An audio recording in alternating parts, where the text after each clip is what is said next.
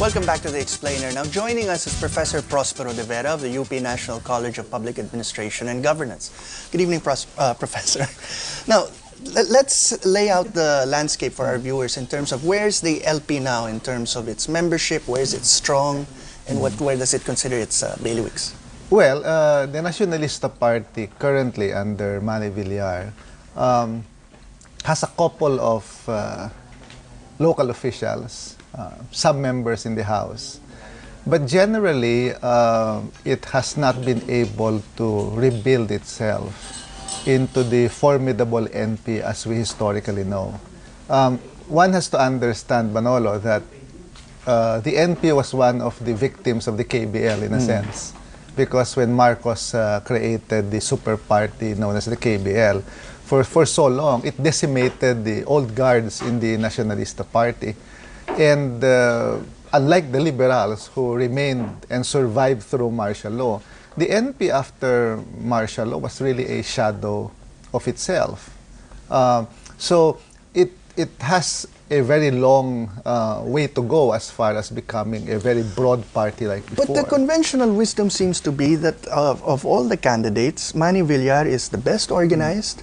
He has the largest number of local officials under his wing, and more joining all the time. Yeah. So even if it was sort of had withered away by the time Doy Laurel died, it's really come back in a big way. Yes, because it has the residual history of the Nacionalista. Meaning, you go to every province right now in the country, there are people who are in the NPC, in Lakas, for example, even in Campi, who were previously Nacionalistas during the period before martial law. One of the things that Manny Villar did, which I thought was very strategic when he started to rebuild the Nacionalista Party, was he sought to go back and try to link with the families of the original NPs. So when they had this 100 years of the NP, they had a very big event, and they constructed a database and tried to trace back who are the original NP leaders in every province. I know that because my father was an NP in Pangasinan. And so if the old guard of the family was not there, they asked a representative, a son or a daughter of the original NP to join their 100 years. And to restore the old links. Yes. Now, in this sense, this also means that, before martial law, there were certain parts of the country that were considered baluarte ng NP. And some of them, for example, I believe Cavite is one. Yeah. Batangas, of course. So how's the rebuilding in terms of those areas? Well, in those areas, it's much easier to rebuild the party because you have more. For example, in Pangasinan, Pangasinan has been an NP more than an LP country. So in the current struggle between Manny Villar and Noy Noy, for example, we're trying, you can see clearly that the LP is quite weaker traditionally in Pangasinan than the NP. So it's much easier. The NPs in Pangasinan have become NPC. So you can see that in every province in the country. Now, there's also a difference in that Villar brings to the table something that his supporters find very important, which is he's a self-made man. Yeah. And this appeals to a very big constituency in the country, even particularly, let's say, OFWs, who like that. Now, so how do you differentiate, there's the sentimental attachment and the ties of the old guard, and you have to bring in new people always into a party. So how is he addressing that? The other strength of Manny Villar is because he comes from the business sector. He's very strong organizationally in terms of thinking. He's very strategic in the way he looks at the rebuilding of the Nacionalista Party. So they're bringing it back not like in the traditional political party sense, but using basically the network of business associates, the network of civil society groups at the local level, to try to bring in both the traditional political leaders and also new members of the Nacionalista Party. So he's running the NP much like running a private company in a sense.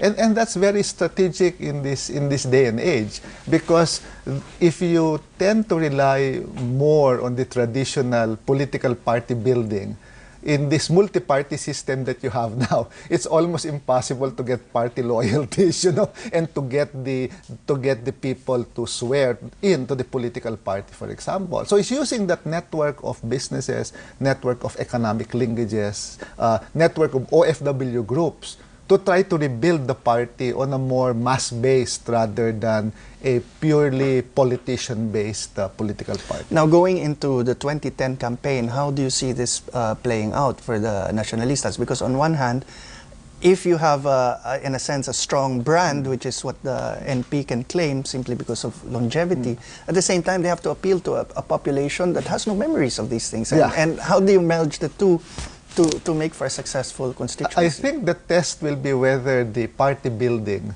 not on the politician side, but on the network of business groups, religious groups, student groups, youth groups, whether that actually will be successful going into the campaign.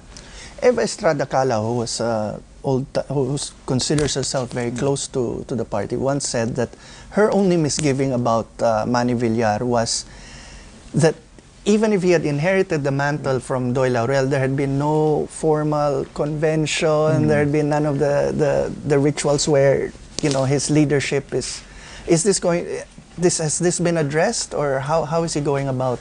I think that was a strategic move or a strategy of the Nacionalista Party itself. As I've said, they're approaching party building from a different perspective, more from an organizational, business-type approach, knowing fully well that party building using the traditional linkages of political leaders at the local level is much more difficult to achieve, and also takes longer because it tends to depend on the political winds as it shifts. Remember, the PDP Laban, for example, or the PDP of Nene Pimentel was a very formidable party during the Cory administration.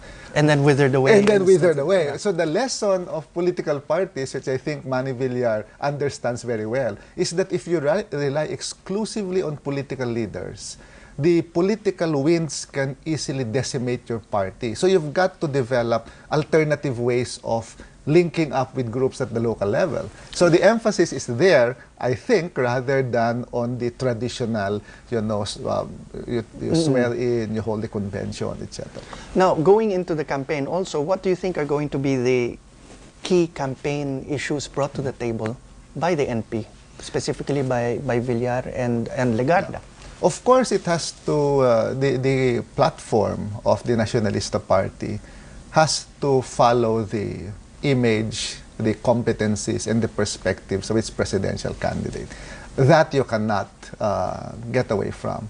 So I think what Manny Villar would bring into the table essentially would be his business background. So a managerial president. Yes, a managerial president who relies on competitiveness, who relies on a spirit of entrepreneurship, who would try to harness and make people believe that they will not have to rely on government too much, but can rely on themselves to lift this country up.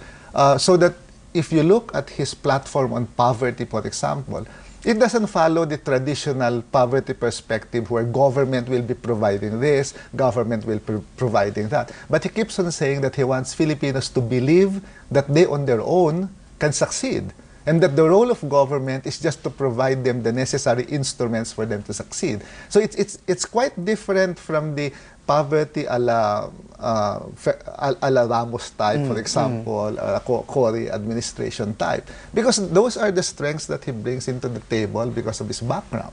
Now, if you look at the Manny Villar website and the Nacionalista website, they haven't been focusing on